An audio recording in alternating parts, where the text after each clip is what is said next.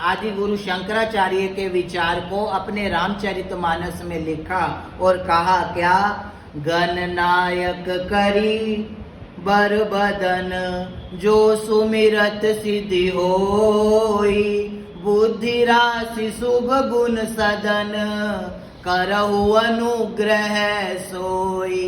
हम क्या करें, अपने घरों के अंदर गजानन की स्थापना करें। गजानन को दुर्वा चढ़ाओ, बहुत अच्छी बात है। गजानन को मोदक चढ़ाओ, बहुत अच्छी बात है। लेकिन गजानन से हमें एक चीज सीखनी चाहिए। क्या? ये चढ़ाओ तो अच्छी बात है, लेकिन ये ना भी चढ़ाओ तो सबसे बड़ी बात है क्या, वर्णा नाम अर्थ संगा नाम रसा नाम छंद साम अपि मंगला नाम च कर्तारो और वंदे वाणी विनायको। हमें गजानन से सीखना चाहिए कि उनके जितना उनमें विवेक है ना, उतना किसी में नहीं है। तो हमारे भीतर विवेक आए। मैं देखता हूं, क्योंकि कुछ साल मैंने कानपुर में भी कथा की है। गजानन जो गणेश महोत्सव होता है उसमें भी कथा की है। तो मैं देखता हूं कि जितने दिन गणेश जी रहते हैं, जितने दिन हम उनकी स्थापना करते हैं, तो सुबह सुबह सब आ जाते हैं आरती पूजा करने और गाते हैं जय गणेश जय गणेश जय गणेश देवा, माता जाकी पार्वती पिता महादेवा। और जब 11वें दिन उसका विसर्जन करने जाते हैं ना,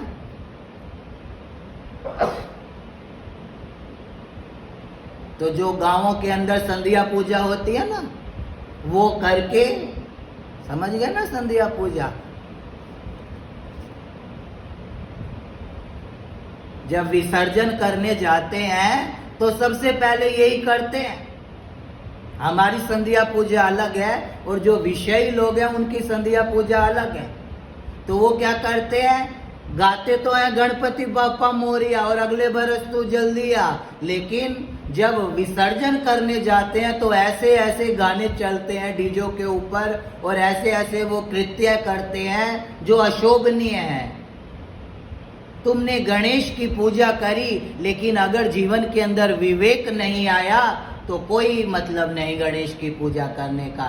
तो गजानन से हम सीखें क्या, कि हमारे अंदर विवेक होना चाहिए। और वो विवेक कौन देगा? गणेश जी महाराज। और वो विवेक मिलता कहां से है? बिनु सत्संग विवेक न होई, राम कृपा बिनु सुलभ न सोई। आप परचून की दुकान पे जाओ और कहो 10 रुपए का मुझे विवेक दे दो, तो वो कहेगा भैया यहाँ नहीं मिलता विवेक। विवेक के लिए तो कहाँ जाना पड़ेगा? वेदांत आश्रम के अंदर, वहां विवेक मिलेगा। तो एक है गजानन, जिसकी आदि गुरु शंकराचार्य ने हमें बताया कि हम अपने घरों के अंदर विवेक के रूप में अपने जीवन के अंदर विवेक की स्थापना करें। कौन कौन से? गणेश जी, सूर्य जी, विष्णु जी, शिव और पार्वती, ये 5 तो हैं ही। लेकिन हमारा विवेक भी कितनी देर तक रहता है? अगर हम विवेक की ही बात करें तो अपना तो कहते हैं ना, जब व्यक्ति मंदिर के अंदर आता है तो चप्पल बाहर उतार के आता है।